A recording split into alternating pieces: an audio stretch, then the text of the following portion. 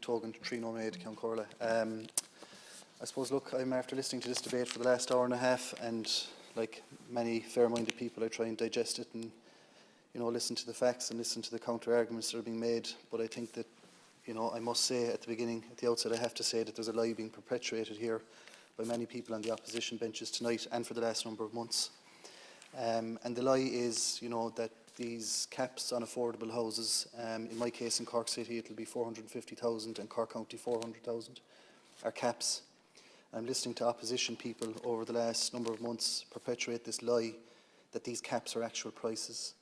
And we actually have one affordable housing scheme already launched in Cork City, because Cork City Council took the initiative to actually get ahead of the legislation and to launch their own affordable housing scheme. And in that scheme, a 2-bed house is €175,000, a 3-bed house is €215,000. But this myth and this lie that's being perpetuated by people in the opposition needs to be called out for what it is. And you can just turn on your local radio station, that lie is being given every day in relation to this affordable housing plan. Now, as I said at the outset, I'm a fair-minded person, and am I saying that everything in the contents of this report is perfect? No, far from it. And I would have issue myself with a number of items in it. But at the same time, I need to promote some of the positives from it. We agreed as an opposition party that we would abolish the SHD process. And while it's taking a bit longer than we would like, it's being done, it's being delivered in this plan, and it's being phased out. We also gave a commitment that we would treble spending from the Rebuilding Ireland programme to this current plan, and we've done that. It's costed, it's in the document.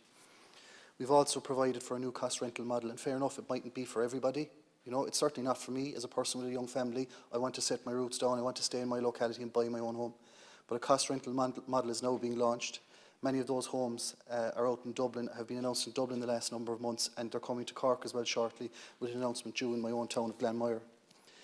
There are challenges, and a number of people have spoken about them. The challenges in relation to Irish Water, with infrastructure, they're all there. And undoubtedly, as Deputy Shannon said earlier, the inflationary cost of building homes at the moment is probably the biggest thing.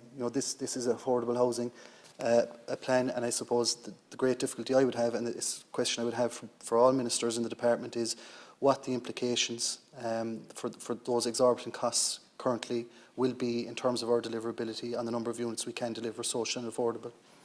I believe that there's a number of things that we can do to rectify that. I believe that we can look at the standards and changes in regulations which are adding to costs of building in other sectors.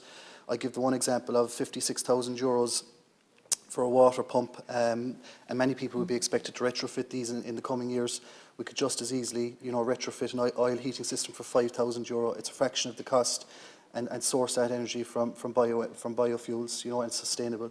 There's a number of things that we can do, but as I said at the outset, we need to dispel this myth that this is anti-tenant, that this is anti-homeowner. It's far from it. It's the first constructive attempt at addressing the housing problem in the last decade, and I think it needs to be acknowledged. Thank you.